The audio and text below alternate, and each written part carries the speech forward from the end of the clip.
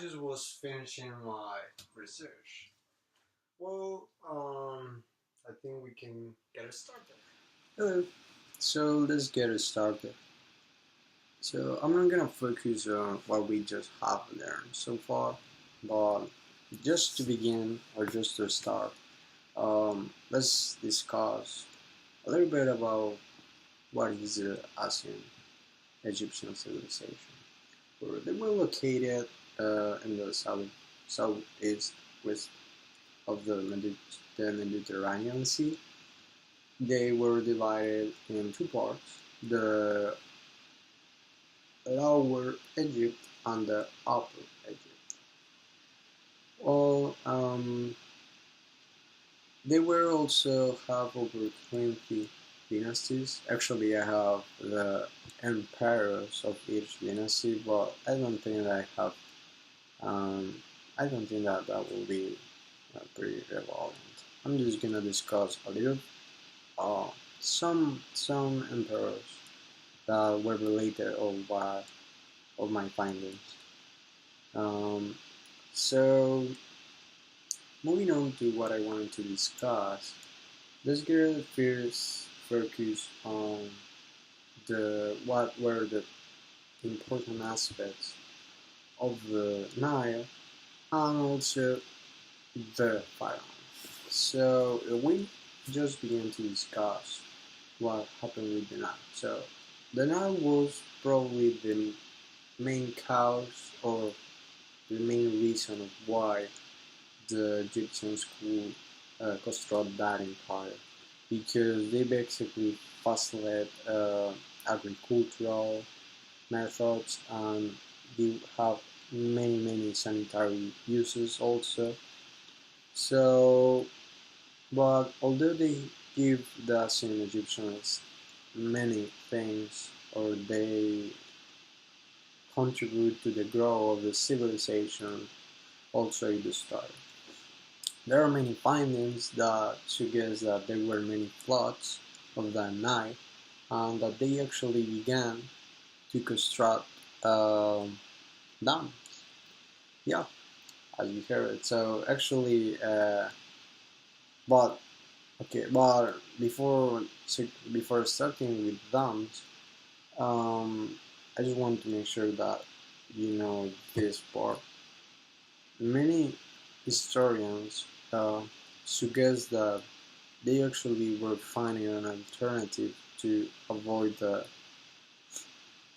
floods of the Nile, because they were destroying all the houses and all the basically all the construction that they were saying. But it was not just that. They actually, with the flood, they were not able to cultivate or grow things, so that many people began to get starving, or and began to find ways to avoid being starving, like cannibalism. So basically, was pretty important, not just sociological, but also physically and mentally. So the first dam actually was created in Memphis around the city of Minas, around 3000 to 2090, which was actually the first pharaoh.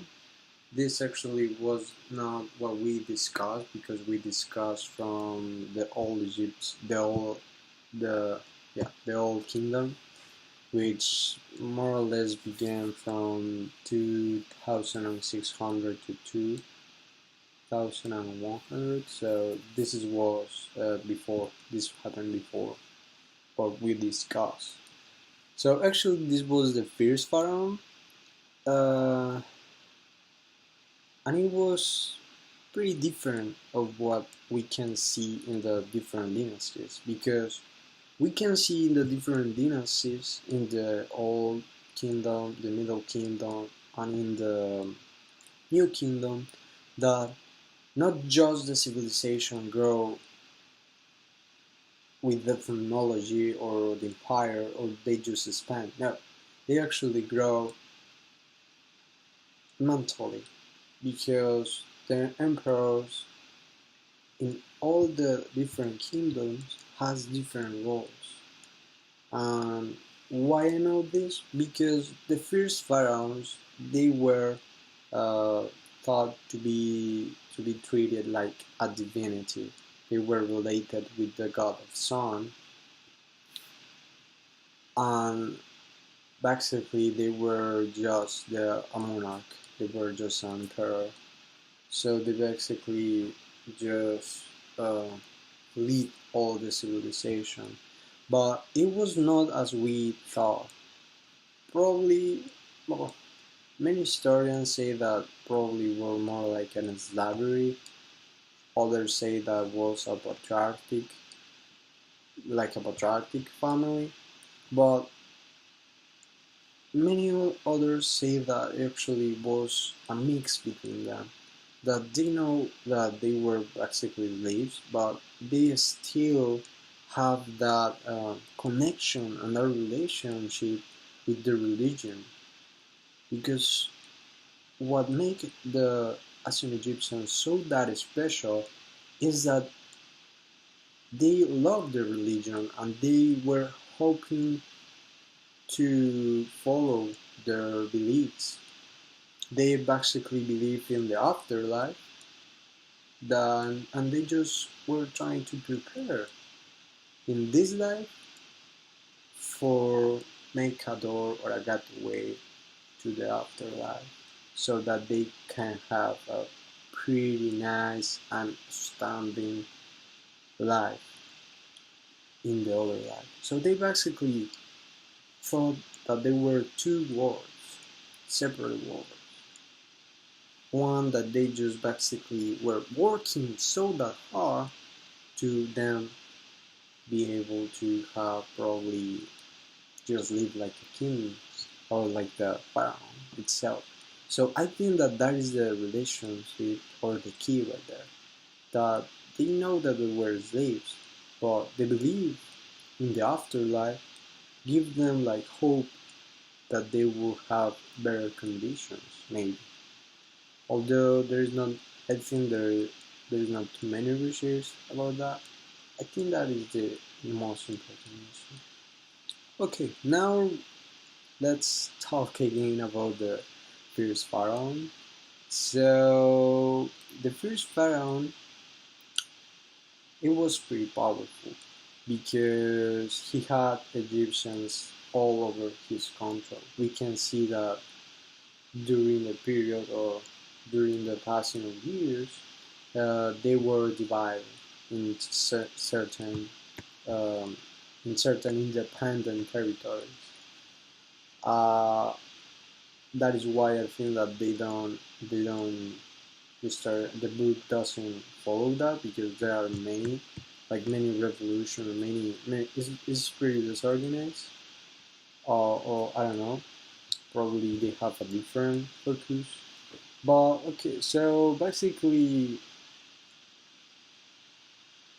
what he do is that he say that he has to build a dam to protect the city of Nineveh.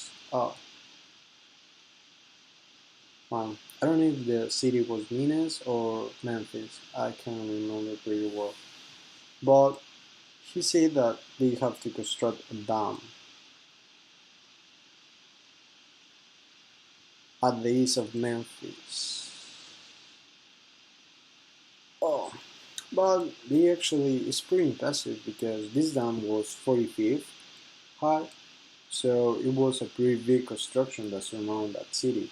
And I will try to put that picture right here or right here of how they surrounded. But it was pretty neat because they basically avoid that problem of living pretty close to the river and be able to exploit the benefits of this. But let's focus now in another dam, because actually this was not the first dam. There was actually a second dam that was constructed uh, uh, pretty close actually to the Memphis. So basically, it prevents the river to keep going. Um, but it was a failure because they need a massive materials for the canal or digs, and it doesn't support like all the pressure of the river. Although they have like two massive stones. Another important thing that we can just follow it with this is that they actually built a lot of canals from kilometers along the civilizations. I think there were one from 18 kilometers. I'm not sure. So this was pretty important because these canals have pretty sanitary purposes, as I commented before. Well, the river, but with these canals, they can access the they can access pretty well to the water, and they actually have a pretty important thing that is the irrigation systems.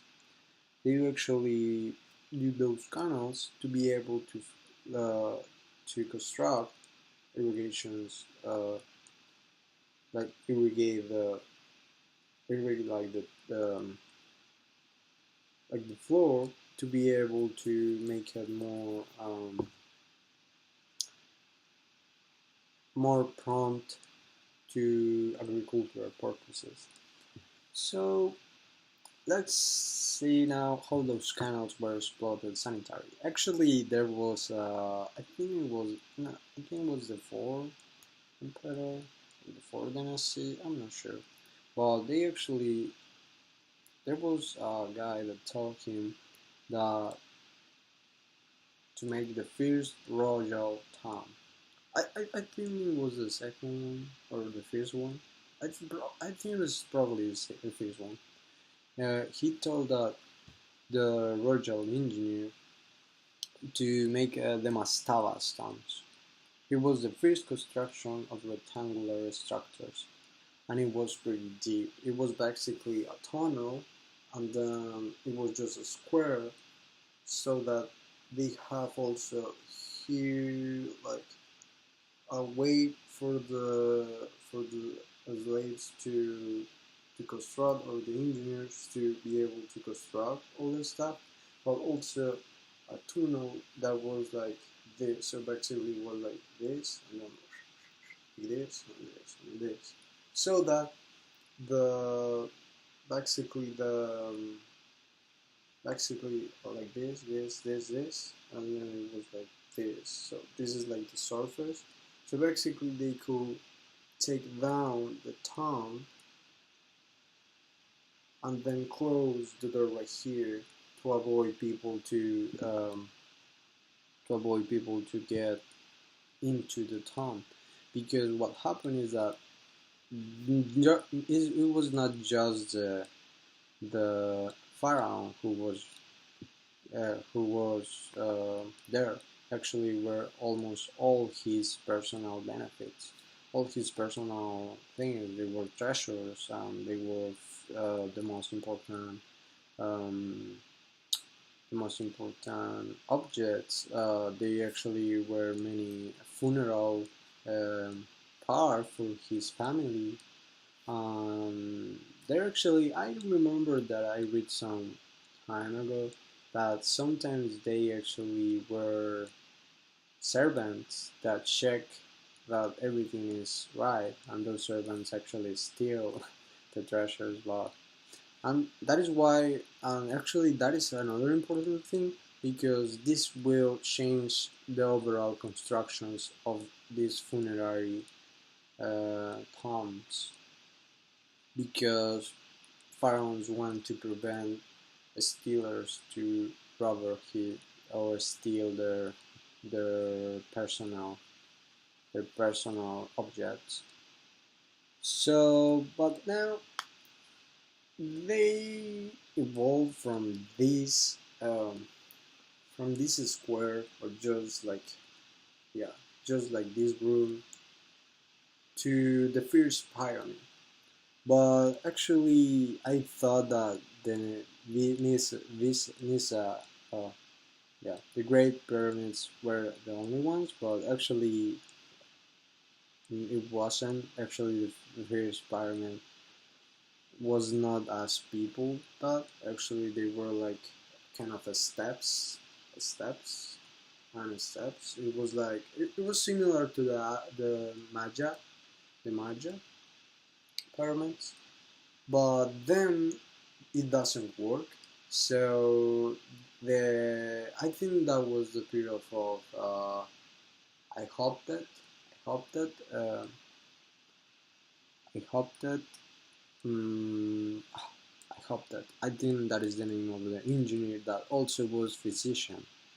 We are gonna discuss about this because that is the key issue that I wanted to talk. So he basically was the one that was in charge of constructing this, but he actually built um, like a kind of pyramid that is just like the Aztecs as common before, but then they construct another one more resistant, so that they do like an Aztec or a Mexican pyramid, and they like the Tutuscan, but then they just fill it with the stones so that it has the shape of the pyramid.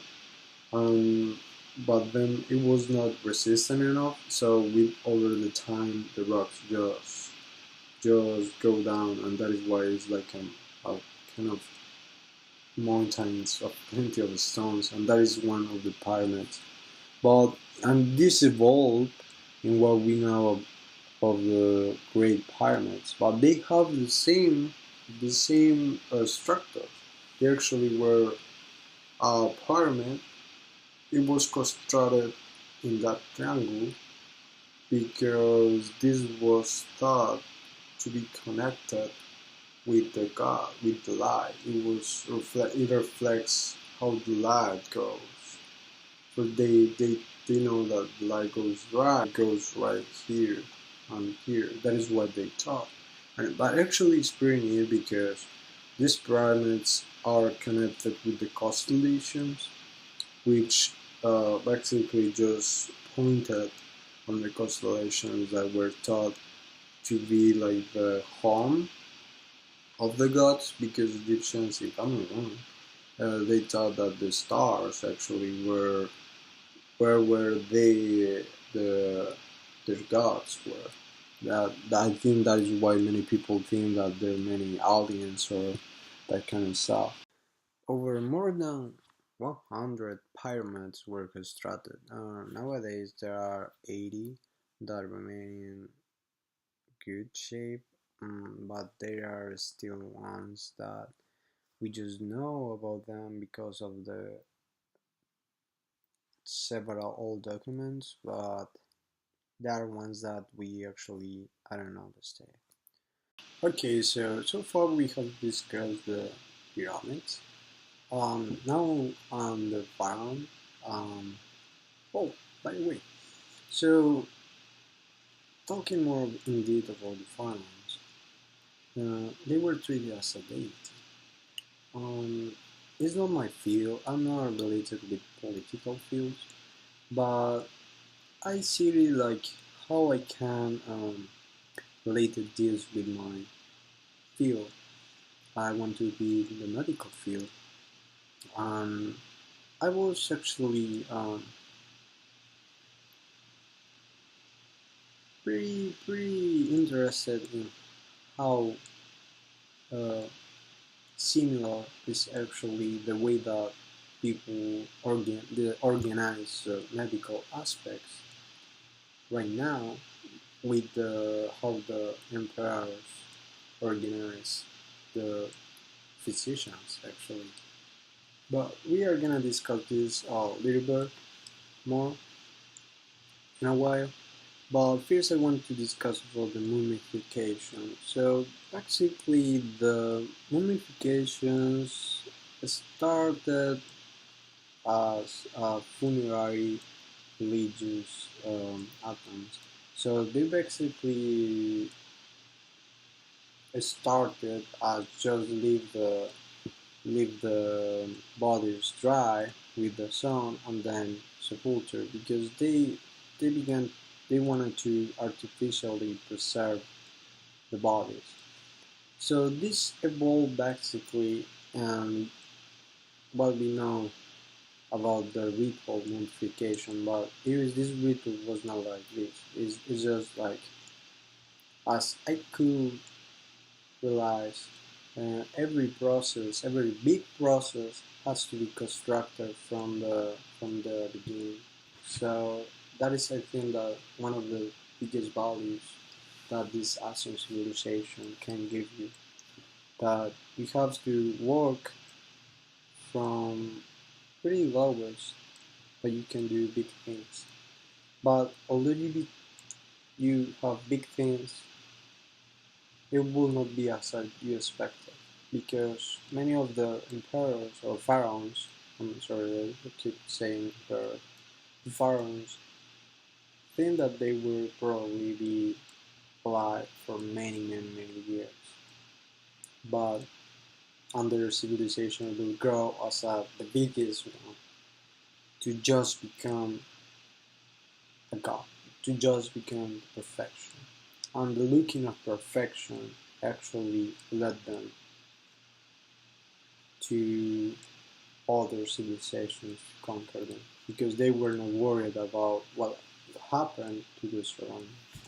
So it's kind of important that it impacted me because I know that I thought that I was sure about things, that you have a plan, that you have a goal that you want to be a physician, but you never thought that you can go in that goal.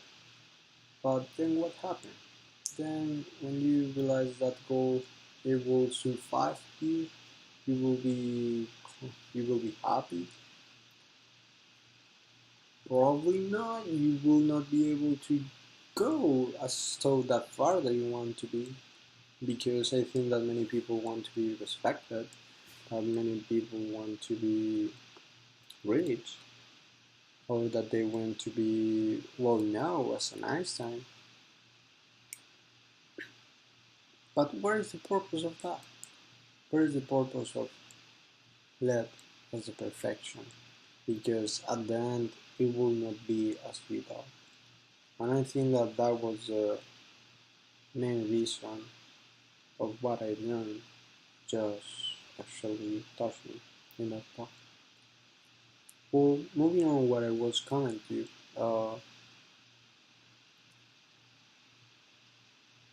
did not begin just as we know the mummification. They began to start as I told you, but then with the time they just began to find new ways to preserve them. They first started to dry them, then they tried to place the body in wooden or a red coffin, and the coffin basically sealed the tomb. Also, they actually wrapping them in a linen strip socket with rings to preserve them, but they still knew that the mummies were not so that well preserved. But then, in the Old Kingdom, everything changed, and they actually were using basically many of the similar methods that we use today in physicians. But what I mean to do, yeah. Because the first step was actually to remove the internal organs. But how they know to do that? They basically have physicians. The first physician was Ahoptet. He basically was the most important of it. Thanks to him, basically we have many of the papyrus and many documents that basically tell us how the physicians were organized by that time, and it was pretty neat. It was pretty fantastic to know that. Wait, what? The ancient Egyptians had physicians? Yeah, I know. It's kind of neat. I actually didn't expect that. I expected to be like Egyptians that they use the dead book or rituals, which I'm gonna discuss later too. But yeah, it was kind of neat. So, well, we will focus on that just in a little bit. Right now, I just want to discuss a little bit about the mummification. So they basically remove the organs and they take out everything: the lungs, the liver, the stomach, the intestines, and then they dry them with salt and baking soda, if I'm not wrong. Yeah. Then they preserve it using resin and wrap them in linen and store it in jars. But it's kind of neat that all the designs of the jars it's pretty nice. Today we know them as economic jars. Also, the brain was removed, and that one was discarded. They don't use it because they basically suck it and then put I don't know, carbon dioxide. I think mix between yeah. I think they just take it out and then they just put carbon dioxide to preserve the faces and all the organs. They take out the eyes and they just leave like the factions, the beauty. I think they were pretty concerned about preserving it into the afterlife, so that they probably can resurrect maybe, or that they probably can have a body so that the soul will get it. There's a lot of suggestions about it, but what is pretty neat is that they actually leave the heart. They actually thought for many decades that the heart was actually the center of thought, reason, memory, emotion, wisdom, personality. That basically the heart was the soul, not the brain. They thought that the heart was the one that controlled everything. That is why they take out the brain. But it's pretty neat. It's pretty neat because they actually thought that the gods will judge based on what you have in your heart. And I think that that is also very important for the civilization and how they were organized and how they have laws. Because they basically, as we call villains in class, they actually had pretty nice values. They actually don't kill or don't do or don't don't don't hurt anyone. Don't do whatever you want or you will be punished.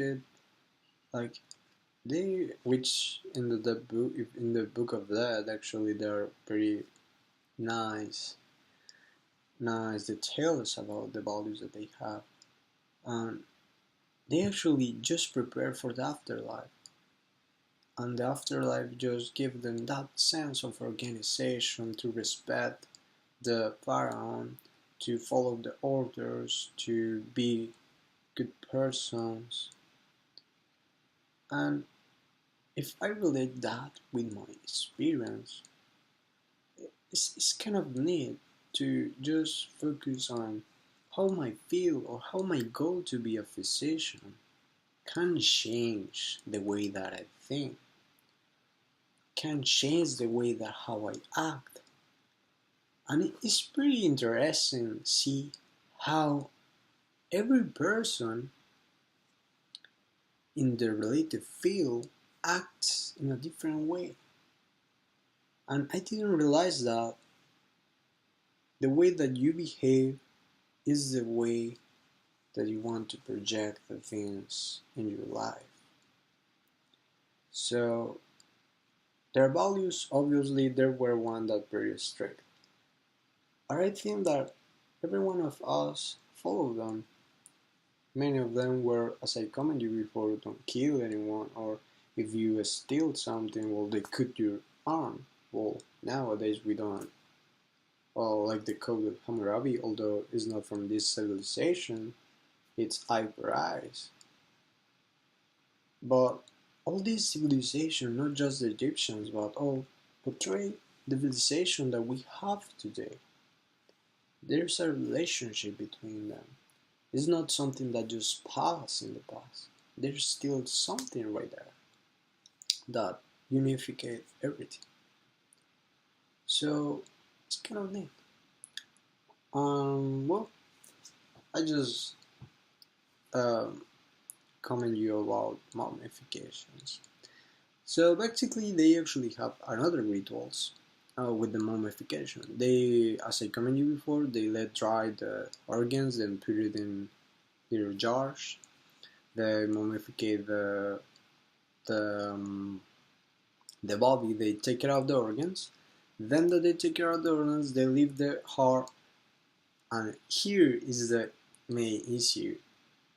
They could suture the body. They actually know how to suture the body. And they actually know how to cauterize hearts. There is actually many studies around a lot of papyrus and the Book of Death too that suggest that they actually have pretty similar methods of the contemporary medicine.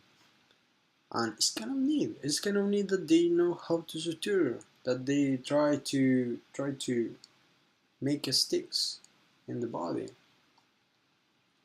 Then they just rip it, as I commented you before, with liners, strip sockets and resins, and then they just put it in the sarcophagus made of limestone. Actually, one of the most amazing mummies is the mummy of Tutankhamun. Is the king of Tutankhamun. It was pretty neat. So now let's start indeed of what I want to discuss. So I just found that medicine in the ancient Egyptian was actually pretty interesting because it has two approaches. It has a clinical aspect and a magical aspect. Now, if you relate it here in the contemporary medicine, it's the same as has ophthalmology medicine and normal medicine. We have the medicine that just use herbs or that use like magical methods, and we have the clinical aspect that use artificial ones. So it was kind of neat seeing that relationship. We have the clinicians and the magicians basically. We related that with the contemporary medicine. The medicine also dividing those two. So it's kind of neat that actually probably the medicine of today is very influenced by the ancient Egyptian medicine too. But let's talk about probably the relationship between clinicians and magicians in the organization. They basically had the ranks of priests. Actually, it's thought that the pharaohs were the only ones to start to read the sacred books, as the Book of Death. Actually, the Book of Death initially just was read by the emperor, but then they make like copies of this that were called coffin tests, and these coffin tests were probably any person that was wealthy enough could buy them. And that is the difference that I told before about the kingdoms, that we can see that in the old kingdom it was just the king, it was the divinity, but then in the middle or more in the new kingdom we can see that the organization is more like a democracy, like a democracy because it's still the emperor governed, but he was more concerned of give privileges to the people to have this, because they were more concerned about what happens around them. They actually can see how the old kingdom just preserve the culture aspects of that, the originality of that. That is what I just wanted to discuss. Just that little bit of kingdom, because with the new kingdom you can suggest that they actually were influenced by many organizations. They began actually in the new kingdom to construct structures with the post and lintel structure. So it's just a thought. But well, there are many findings of these medical aspects. Um, they actually are two important books. Is the Evers Papyrus and the Edwin Smith Papyrus. So let's talk about that. Okay, so first with the Evers Papyrus or the Edwin Smith Papyrus. The Edwin Smith Papyrus is a surgical in content. The priest of Sekhmet was actually the ones that can manage the Edwin Smith Papyrus. The Evers Papyrus and the Edwin Papyrus, they were not collected itself as a unique thing. They actually were as his name implied, they actually were unified for many professionals in the area. So basically, the Evers was around founding around 1550 before Common Era. They actually it has it's been divided in pretty different aspects that can be related to the contemporary and medical aspect, medical medicine, the contemporary medicine. I'm sorry. So it's the gynecology, actually, the surgery, ophthalmology. But the Evers was basically more magical. They have more papyrus that they have more spells and more rituals. And the Edwin Smith was more surgical. We're gonna discuss this more in here. So let's start with the Edwin Smith. So the Edwin Smith is surgical in trauma, as I told you before. Basically, they have more aspects related with the contemporary medicine. So Nahum was actually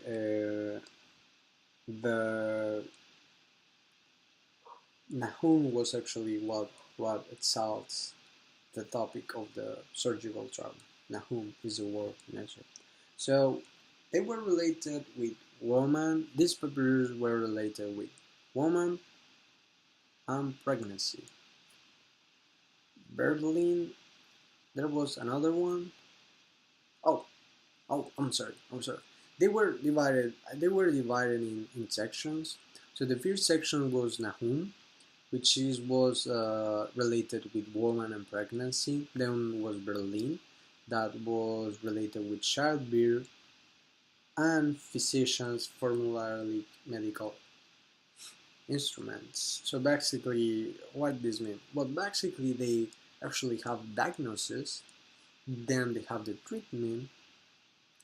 No, they first discuss the problem. So basically they say that this guy come today with a kick in the eyes. Now they do the diagnosis. They say, okay, this guy, the eyes was bleeding, and they analyzed what was happening with the eyes, what happened internally with the eyes, and then they make a treatment or a solution to the problem. So they basically uses what we use contemporary we have the problem and solution. So it was pretty neat. It was pretty amazed about that because we are talking about a civilization that was pretty old, and we and actually make the question that if probably will still with the same archaic methods, or maybe it was just coincidence. So it's probably because I thought that the past and the future it was completely divided. But I am starting to realize that actually they were connected in a way. Okay, so just moving on to the Edwin Smith, there actually were instruments also that they used for these technical aspects. There is actually the wall of the temple of Kam Amba that they show like little draws of the little instruments. There are many assumptions that these were used for medical purposes, but there is not anyone who can state that this was used just for that reason. Although, in, either in the Erwin Smith, they talk about instruments and they describe the instruments that they use to take to the treatment. Although I have to say that the treatment they were pretty cannibalist compared to the ones that we use right now. So just thought about that. But although the Edwin Smith Papyrus was the first surgical writing ever found, it was found in 225 or 33 or 33 more or less before Common Era, which is basically in the New Kingdom. No, I mean no. I'm on 225 and 33. The Evers was found in 155, I think. Well, although uh, actually this was pretty awesome because as I commented before, they actually have suture, so they can suture the body, so they can make stitches. And obviously it was pretty primitive, the method that they used it, but it was pretty similar to what we know today. They actually use the same, like just imagine that it's the same but just a primitive way. So it's kind of neat. They actually use characterization for many diagnoses. Um, they actually use it. They actually use a cauterization. If they have a bleeding, they just stop it by putting some warm kind of metal or aleation in the body to prevent the bleeding. So it was kind of neat. They don't know what we're doing basically, but they just improvise to save the life of these people or these conditions. Although I have to state something right here. They actually have pretty different diagnoses. They have three different diagnoses. Basically, the first one was that the diagnosis can be treated. The other one is that I don't know what is going on here, so I'm not able to treat it. And those ones are actually the ones that the magicians are going to try to help. And that is where the medicine, the Egyptians, and the clinicals come together.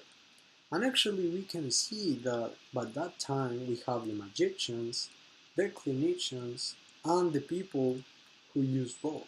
But I'm gonna comment that more in a while. So now just to start with this one. They actually know how also cauterization. They basically there are many assumptions that they probably use opio as as to avoid the harm, like as another stuff. and a stoic, but although it's not pretty well known. Oh, by the way, I just forget something to discuss about the columns. They were like remember when I said that the steps actually were like cake steps pyramid? It's an enclosed wall stone columns access to the side of the wall, and they engineered the pyramid of Snufu medium. It basically collapsed. Though the temple of Agra, it was more religious, and the Leiden papyrus was actually pretty neat too because they have actually religious points later. Well, so but moving on where we were discussing, actually there were many assumptions that they use opium or many kind of mixes between the use of honey and copper-based onions to treat wounds as antibiotics. They didn't know that this worked, but somehow it was actually an antibiotic. The use of honey and copper-based onions that was basically treats of metal, or they just take the copper like that. They treat the antibiotic. It serves as a wounds antibiotic, as well as anesthesia or sedatives or the mandrake fruit also help for the heart, for not the heart, but for the pain, to relieve the pain. So it's kind of neat that they have this primitive relationship, but it works. Also, we have the Ebers. So the Ebers were found in Thebes with the Edwin Smith also.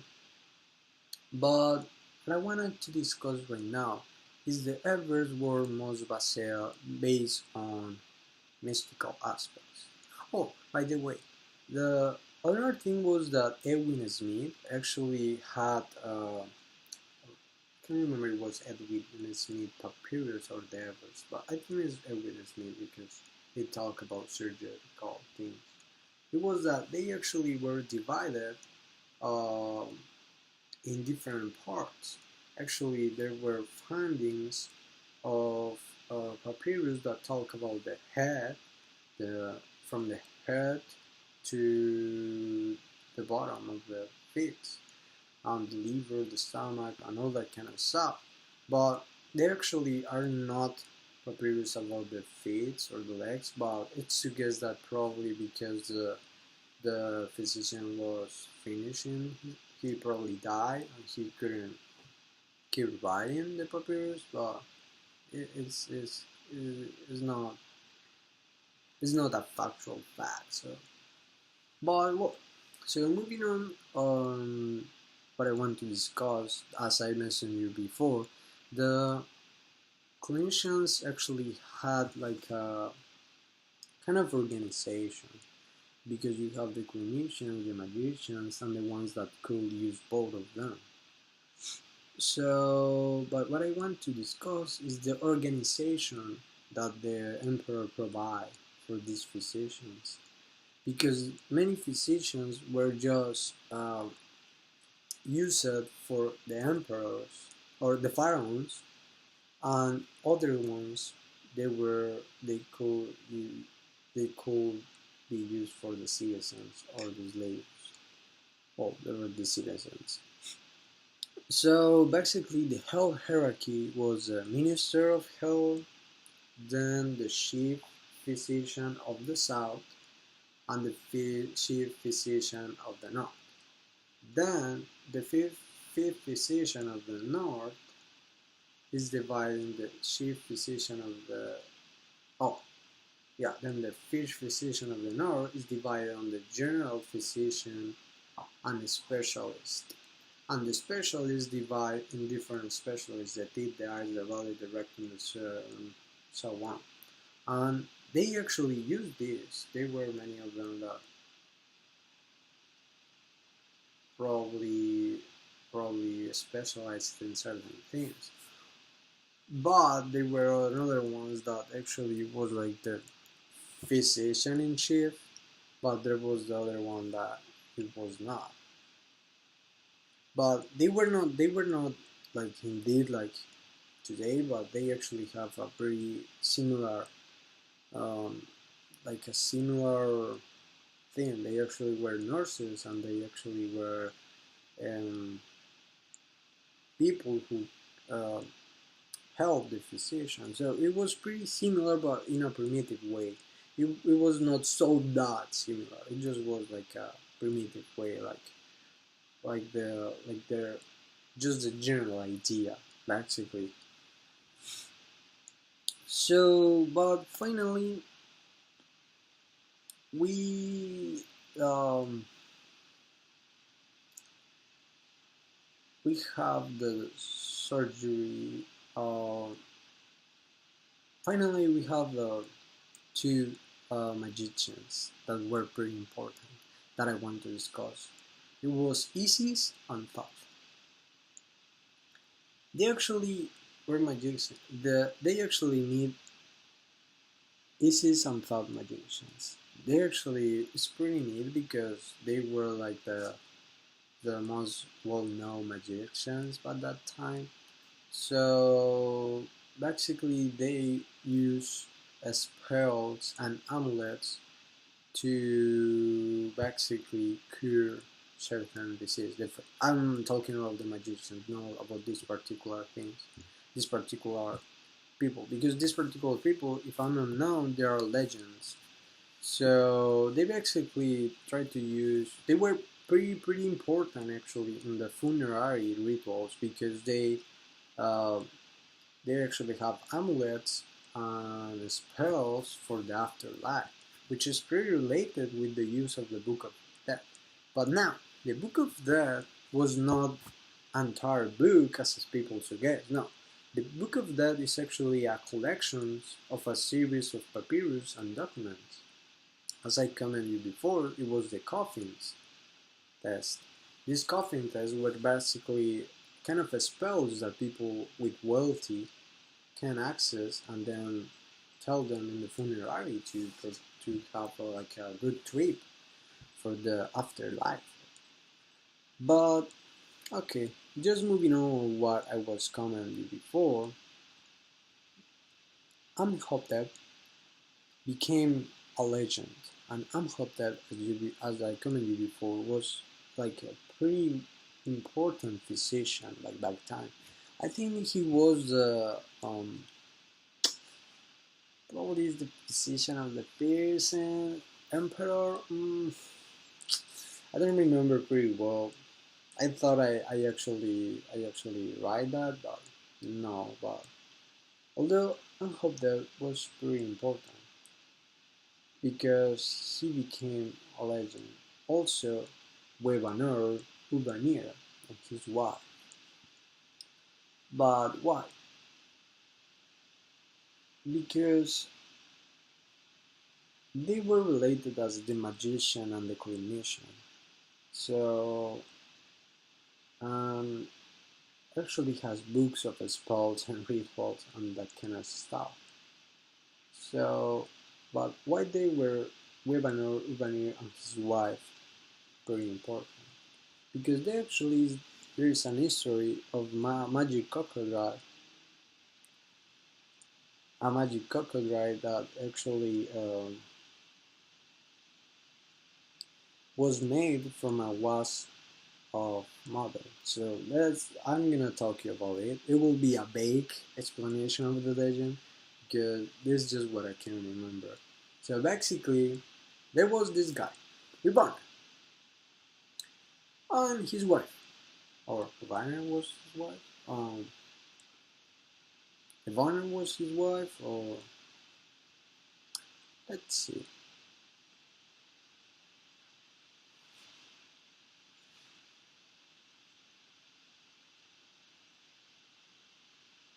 Oh, I'm sorry. Oh, Amenhotep was Amenhotep was the physician, but Amenhotep first was actually the second king at the 18th dynasty, and he actually was famous because he is probably the one that actually patronaged the writing of the Evers Papyrus. So now I just wanted to discuss basically the history. So I'm just gonna read it because I don't want it to say something, but because I actually um, find it pretty interesting. So so basically, this history was related with Ahomtep, as I told you before. So where actually was Webaner, Ubaner, and his wife? So Webaner, or he was also called Ubaner, he was actually married to this person, and um, he actually was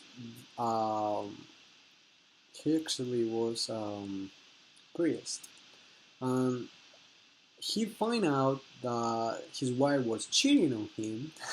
So he basically, with the spells, he basically created a crocodile made of wax that lived in a lake. Then the wife, I think, that tried to apologize to the husband because he cheated on him, but the crocodile was still in the lake. And finally, the crocodile just eat the guy who was unfair with the guy who his wife had the affair. Well, as I commented before, the guy just get eaten by the crocodile.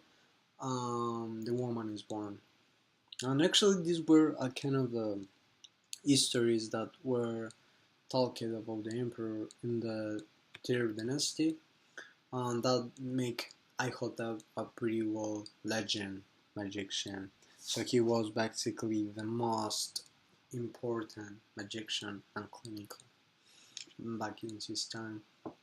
So, but let's now try to finish. So let's begin to just talk about the Hermit books. So the Hermit books basically there are 6 books about medicine. These pair books were divided on medical and magical. These Hermit books were not written in the Egyptian civilization, but I just wanted to discuss because they were pretty related or similar with the Avers and Edwin papyrus. Okay, so Edwin Smith Surgical was basically the most famous. Um, he was dated approximately as 1700 BC before the Common Era. They actually was having more than 225 and 33 papers about the medical aspects. This deal with physical injuries like broken bones, some speculations in that Imhotep is the author, which was the architect of the step pyramid of Djoser at Saqqara. That was the one that I was telling you that I commented you before of the steps, that it was pretty neat because he make the steps, but then he just fill it with the stones and then the stones just go up. The pyramid is Djoser, the Djocer at Saqqara. So basically there is a collection of 48 injuries, which the injuries we divide as the concert or what it seems that examinations. I'm sorry, about the concern or what it seems that examination. That was what I discussed that actually is what he can see, what he can evidence. And there is the diagnosis and the treatment. So they basically this is how the document that I read just present how the physician just stated that what I tell you that this actually I can treat it, this not. This is the actual word. So this is the a treat as an ailment which I will treat, an ailment with which I will condemn, or an ailment not to be treated.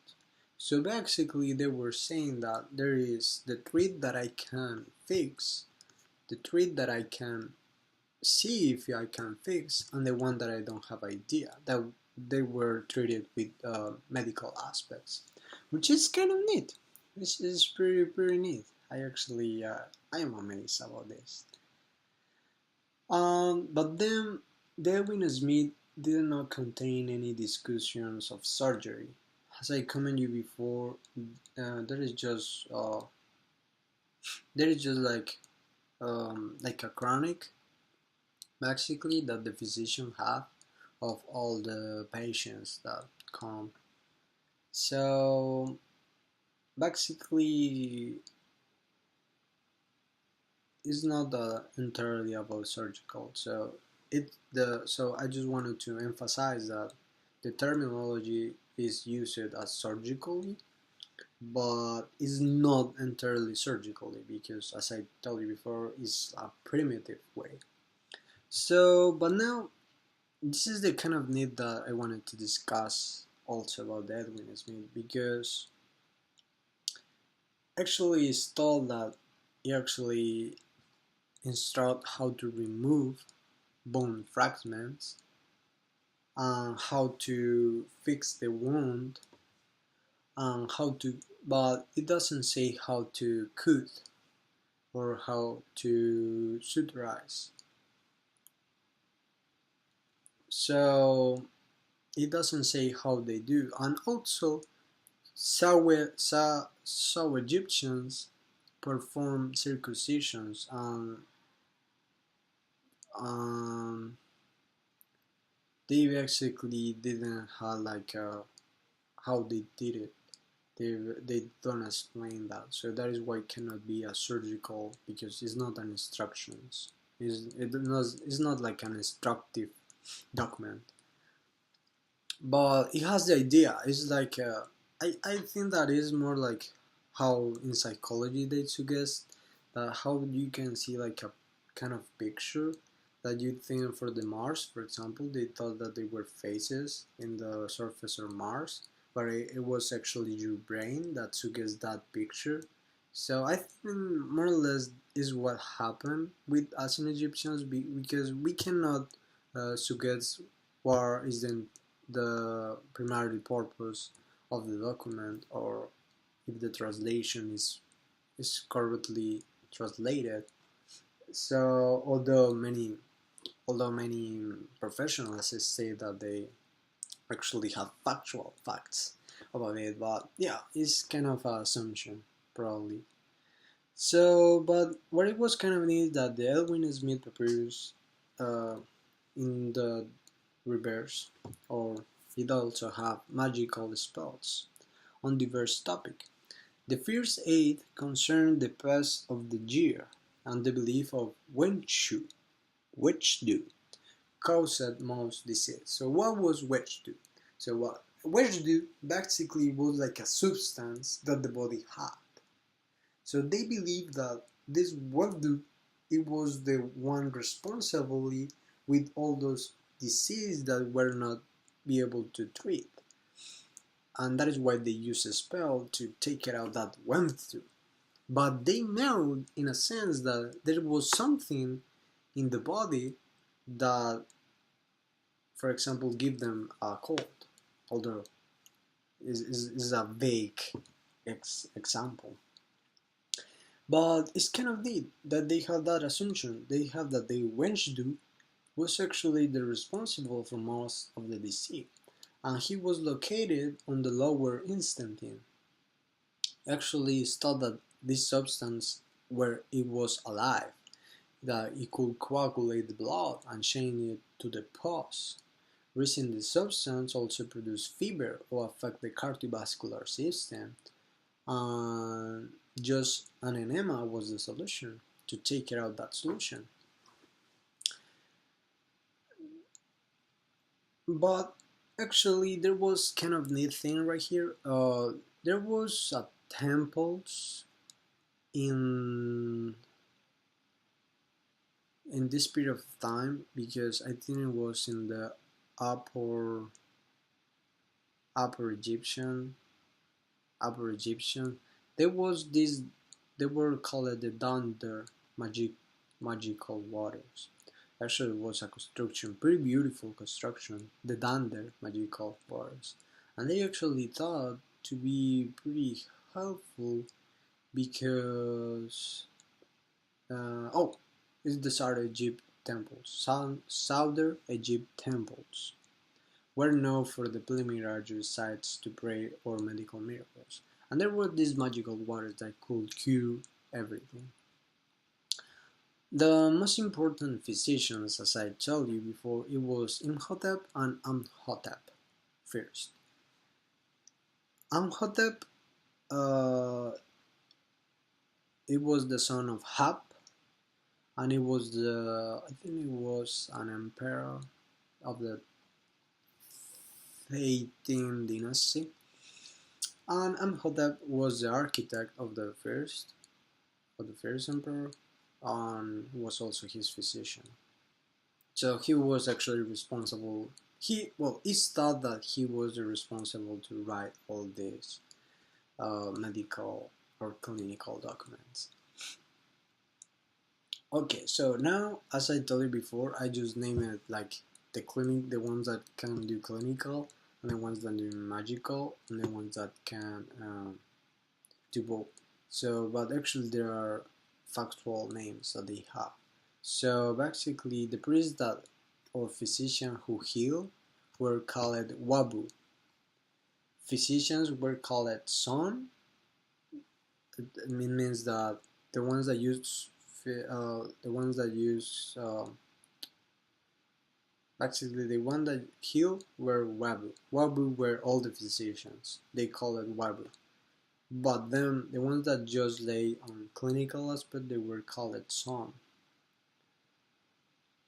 And something that is pretty important here is that all doctors were well trained. The difference is that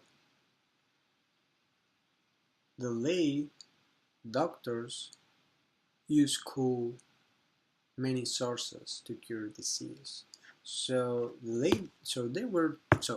far we can discuss three physicians. That basically one is the clinical, one can use magic, and also different methods, and the other one is just magician. So we have the magicians, but we have also the priest physician who can heal with spells, that is Wabu, the lay physicians, which can use different sources to cure the disease, and they were the ones that could use magic and clinical aspects. And there were also the ones that are called San, who were all the doctors. Basically, they were the ones that just use clinical, or that basically they just use the Evers and Edwin papyrus. Just saying it in that way, but it was not like that. So they were actually another one that they just can use. That it was the one that is called a magician. He just can use spells, but I could be able to find the name. But so far now, this actually will lead us to one of the writings about the spells. So the most extensive is the 68-foot long, with more than 800 magical spells and constructions, which I commented you before is called the Evers papyrus. They actually have a kind of pattern, or a kind of like a way that they cure. That basically was similar, substance free. So what does this mean? This means that if you have a problem with your mouth, all the spells and all the all the potions or concessions or coactions or all the remedies will be referred to that part. So for example, if you have a problem with your teeth, you will have to eat a teeth of a crocodile or a hippopotamus or hippopotamus teeth. So this is a big example, but they were actually like that. And that is how they treat it. For example, this is a factual example. So for example, if the disease is related with blood, it could be replaced by a red plant dye texture, or can be replaced by blood of an crocodile or a hippopotamus, or that kind of stuff. But it's kind of interesting actually. It's kind of neat. Um, then is the use of malachita. Then they use malachita, so they basically use it to treat open wounds. Had cupric acid, which kills infection bacteria, and honey that had antibacterial properties, which has commented before. Um, okay, so there actually a very important thing here that is called the blind procedures. Okay, so the blind procedure. I'm also gonna state for my sources, so I'm probably gonna read about it. So basically, the treatment for blindness. It was called to dehydrated. So it was two dehydrated pig's eyes with mixed with dried ices with red lead and white honey. This produced a paste that then was injected into the ear of the patient while the physician said, "I have brought this thing and put it in his plate. The crocodile is weak and powerless." And it repeats this periodically until the patient will be cured of his blindness. And if depending of the seriousness of the blindness, it would suppose to work. Now, why I am discussing this? Well, actually because I was thinking that maybe there's more psychological aspects that is concerned with this, because if you believe in something, it probably will work. There's many studies that suggest that the brain actually is there are many diseases that happen in the brain, but there are many assumptions that the people have. There is many, for example, we have the placebo. The placebo is nothing. Basically, the placebo, it doesn't cure nothing, but many doctors receive the placebo to people so that they can feel good. So there are many diseases that happen in that way, and I did think that the belief of people that they were actually cured by magical spells, it works in many assumptions. In many others could not, and probably the physician will just um, tell them it doesn't work. I don't know. It just basically led us to our imagination of what could have happened.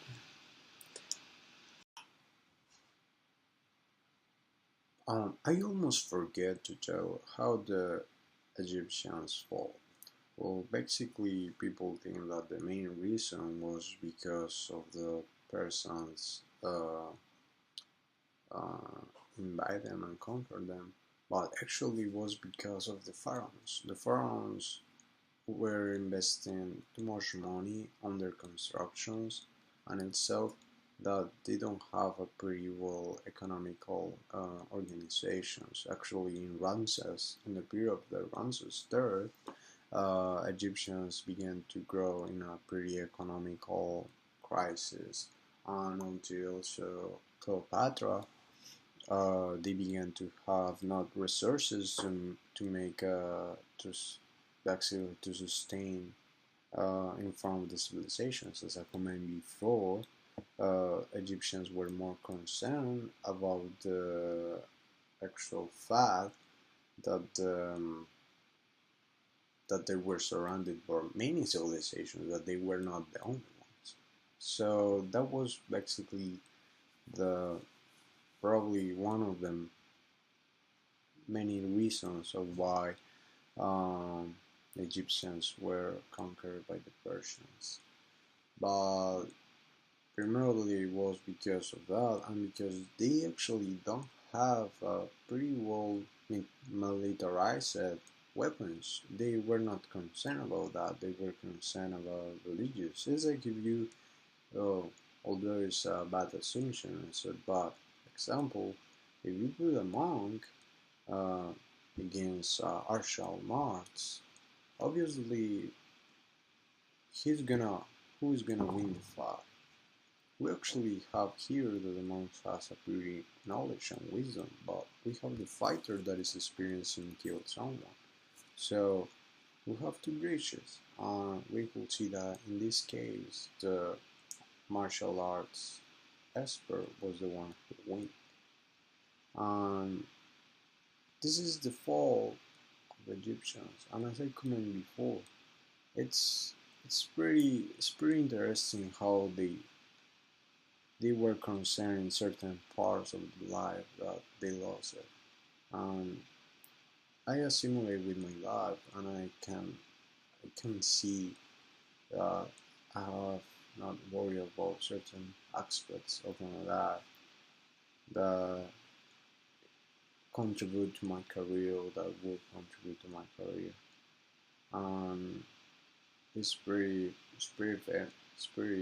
interesting how all these things that happen in the Asian civilizations can contribute to your life. It's kind of amazing. Moving on, I just want to discuss now the Book of Death. Okay, so the Book of Death. Actually, the Book of Death, it was called Perem, who also received names as the Journey to the Light, or there have many other uh, names. Um, First, as I commented before, the Egyptians have the belief that the gods were the stars were the gods. And as I commented before, it addressed the direction of the pyramids. Um, as I commented before, the Book of the Dead was not a book, it was a collection of rituals and incarnations. First, just kings could read these spellbooks, but then Coffin's version was allowed to anyone who was able to buy it. But then Papyrus in the New Kingdom, they were more prone to let people to read them. The Book of Death illustrates scenes from the afterlife, and using Raid, it highlights the important themes of the book.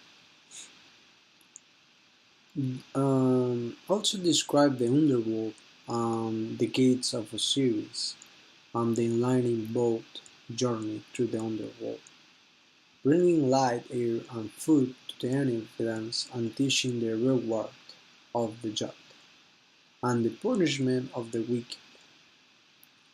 There is actually a book that is called the Book of Amdat inside the Dead Book, because as I commented before, the book is not the entire book, it's just a collection of documents related with the spells and rituals. I'm sorry. So basically, this Book of Amdat described a section of the underworld. This was kind of neat because I just thought like it was like in movies they showed like the ancient Greeks were the ones that they have like the one that have the boat, and actually the Romans also put the coins of gold and that kind of stuff. The movie showed that they have like have to pay to the one that have the boat of the dead to take it to the underworld. And actually, when I began to read, the underworld of the Egyptians actually is pretty similar to that. They have to pay someone to take them to the other side. So I'm pretty insecure. I'm pretty. I wonder what is the meaning of why to pay someone, or why to not to pay, but why they have to be a path between this life and the other life. Why it has to be a river, and what is the meaning of the water and the oceans. So it's kind of neat to know what is the meaning of that. Then there was another book. There is actually a book that was called the Book of Apophis. Now, Apophis was a god that it cannot be named in the Egyptians. He basically was a big serpent that just means cows. So basically, there's not many pictures that refer to that serpent of that god Apophis, because they were basically, I think they were afraid of it. That is what I imply. So, but this book of Apophis is basically tell the history of the serpent and the enemy. Well, basically, there were many people that they conquered the serpent, and it was a big serpent. So it's kind of neat. Also, the book contains more than 200 spells. It covers death and the dying and funerary gods. There were also spells who have to descend to the land of the dead, avoiding by the monsters and pitfalls. Which, let's think about this one more again. It seems that for Egyptians there was this life, the afterlife. But between this life and the afterlife there was actually another internet world. That there was like this path that it was hard to go to have this achieved. This also give us like many of the values that the Egyptians had, because it's like they were showing you that with perseverance and with faith, obviously with spells, they can achieve to go that afterlife, that world, that perfection, to be with the gods. But they didn't show it as, for example, in the Catholic or Christian religion, like the heaven, like the precious things, perfection, or not. They just describe it as something that is more important because they will be with the gods, something that will trust with love. And I think that many of the emperors or pharaohs, they try to communicate that they were the leadership, but they love the civilians. They have like that love, but they still know that they have to work hard, and they still know that they were slaves. So it's kind of neat how these books and how these histories portray like the values, or can give us of a sense of how these civilizations behave. But just to end right here, I believe that so far I have not discussed pretty detailed things. More or less, I just have discussed what were my findings. But actually, I just find that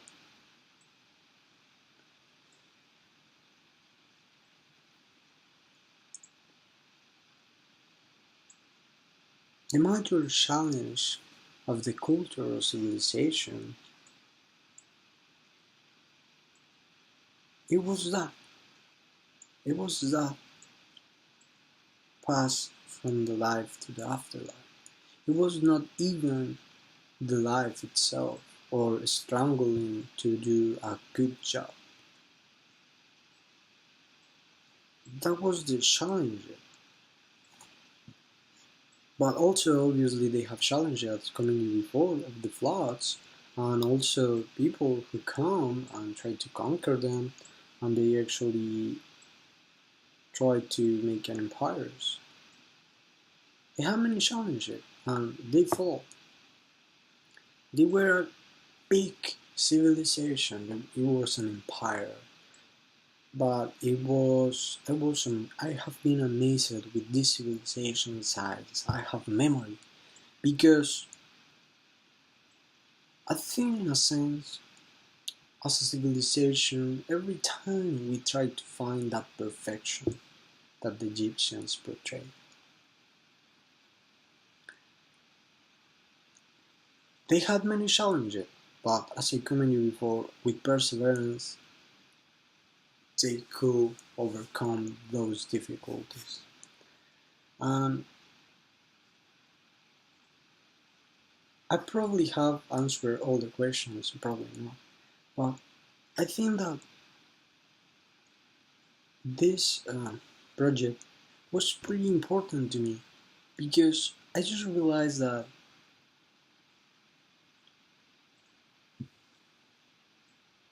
we are looking for perfection in our lives, if in a common sense. But what perfection? We are actually looking for our own peaceful side. I think it's not just looking for perfection, but they were trying to look for the afterlife because they wanted to be in peace. They wanted to be in that certain particular time that they can be just relaxed. In a religion of the whole world, or probably not all of them, because I'm implying or suggesting that all of them are equal. But no, but many of them try to find that peaceful place after that. And I think all of us try to find that with our lives. I'm actually pretty tarnished by all the constructions and everything that I learned.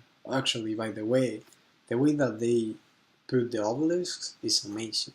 They thought that they have like they surround, first they do the base, then they surround it by a wall of stone, and then they cut the obelisk, and then they just take it, and then they just do like rounds in the two offset of the wall of stone, and then they just pull in one side